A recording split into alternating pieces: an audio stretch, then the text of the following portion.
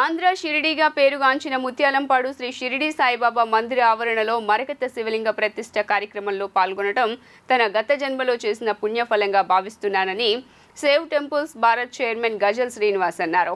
స్వయంగా భక్తులే స్వామివారికి అభిషేకం నిర్వహించుకునే విధంగా మరకత శివలింగాన్ని ఏర్పాటు చేయటం అభినందనీయమన్నారు. ఆంధ్ర షిరిడీగా పేరుగాంచిన ముత్యాలంపాడు షిరిడి బాబా మందిరం ఆవరణలో మరకత శివలింగ ప్రతిష్ఠ కార్యక్రమం వైభవంగా జరిగింది. గత 3 రోజులుగా ప్రత్యేక పూజలు, అభిషేకాలు, యాగాలు అనంతరం నేడు ప్రతిష్ఠ కార్యక్రమం జరిగింది. ప్రతిష్ఠ అనంతరం శాంత కళ్యాణం నిర్వహించారు. ఈ కార్యక్రమంలో భక్తులు పెద్ద సంఖ్యలో పాల్గొన్నారు. అనంతరం ఈ కార్యక్రమంలో పాల్గొన్న సేవ్ టెంపుల్స్ భారత్ చైర్మన్ గజల్ శ్రీనివాస్ మాట్లాడుతూ, గత జన్మలో చేసిన పుణ్యఫలం కారణంగానే తాను నేడు ఈ కార్యక్రమంలో పాలు పంచుకున్నానని చెప్పారు.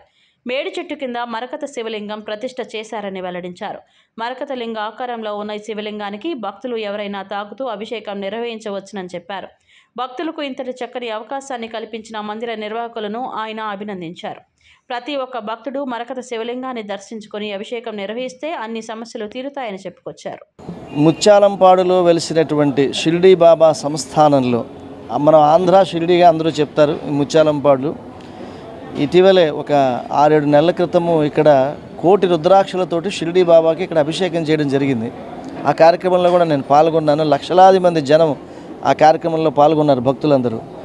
ఈరోజు ఎంత సుదినం అంటే ఏదో గత జన్మలో ఏదన్నా సత్కర్మ చేసుకుంటే ఇటువంటి కార్యక్రమాల్లో మనం పాల్గొంటాం. ఈ షిరిడి సంస్థానంలో, ఈ ఆశ్రమంలో, ఈ దేవాలయ ప్రాంగణంలో మేడి చెట్టు కిందన మరకత లింగ రూపంలో ఉన్నటువంటి శివుడి యొక్క ప్రతిష్ఠ జరిగింది. శివలింగం యొక్క ప్రతిష్ఠ.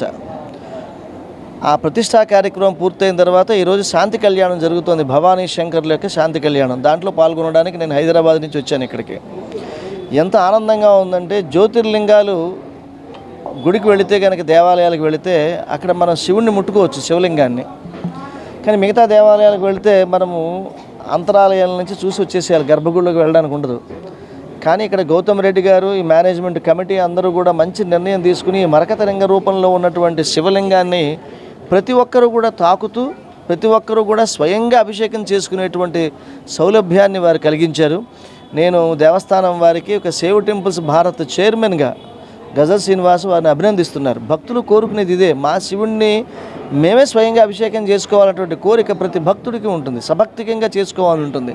అటువంటి గొప్ప సౌకర్యాన్ని, గొప్ప అనుభూతిని భక్తులకు ఇస్తున్నందుకు మేనేజ్మెంట్ని నేను మనస్ఫూర్తిగా అభినందిస్తూ, ఈ విజయవాడ చుట్టుపక్కల ప్రాంతాల్లో ఉన్న ప్రతి ఒక్కరూ కూడా ఈ మరకత లింగ రూపంలో ఉన్నటువంటి ఈ శివలింగాన్ని వచ్చి దర్శించుకుని అభిషేకం చేసుకుంటే మంచిది. ఈ క్రోధనామ సంవత్సరంలో ఇంకా మంచిది. కాబట్టి మనకున్నటువంటి గ్రహదోషాలన్నీ పోవాలన్నా కూడా, మనకున్న కోరికలు మనకి తీరాలన్నా కూడా ఈ శివుడికి అభిషేకం చేసుకోండి. ప్రతివారు అదే చెప్తారు.